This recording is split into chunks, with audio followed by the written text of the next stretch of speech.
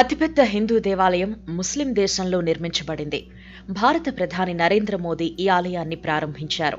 Bob's ఆధ్యాత్మిక గురువు మహంత స్వామి మహారాజ్తో అబుదాబిలో మొదటి హిందూ రాతి ఆలయ ప్రారంభోత్సవం చేశారు.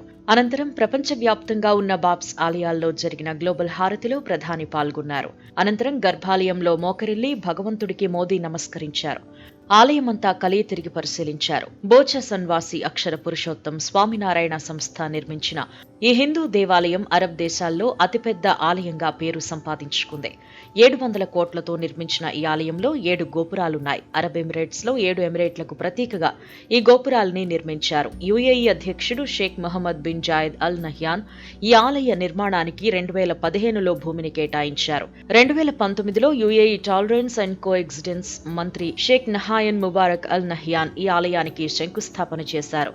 ఈ ఆలయం 1000 ఏళ్ల వరకు చెక్కు చెదరకుండా ఉండేలా దీన్ని పింక్ శాండ్ స్టోన్ తో సంప్రదాయ ఆధునిక వాస్తు కళల మిశ్రమంగా నిర్మించారు. యుఏఈలోని వేడిని తట్టుకునేందుకు రాజస్థాన్ నుంచి ఇటాలియన్ పాలరాయి, ఇసుక రాయిని తీసుకువెళ్లి నిర్మాణంలో ఉపయోగించారు. అత్యాధునిక టెక్నాలజీ, ఫీచర్లు, సెన్సర్లు ఏర్పాటు చేశారు. ఈ ఆలయంలో 7 గోపురాలుండగా మొత్తం 402 స్తంభాలున్నాయి.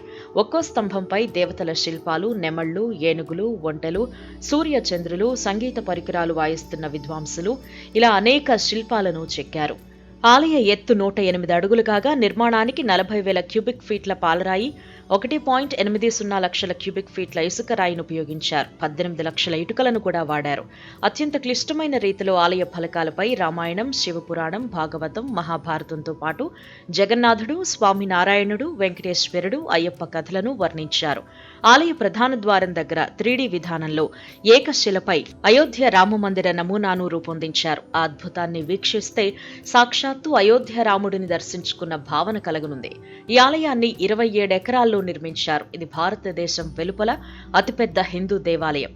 ఈ దేవాలయం ఎత్తు 108 అడుగులు. రాజస్థాన్, గుజరాత్ రాష్ట్రాలకు చెందిన 2000 మందికి పైగా శిల్పులు, కార్మికులు 3 ఏళ్ల పాటు శ్రమించి ఈ ఆలయాన్ని నిర్మించారు.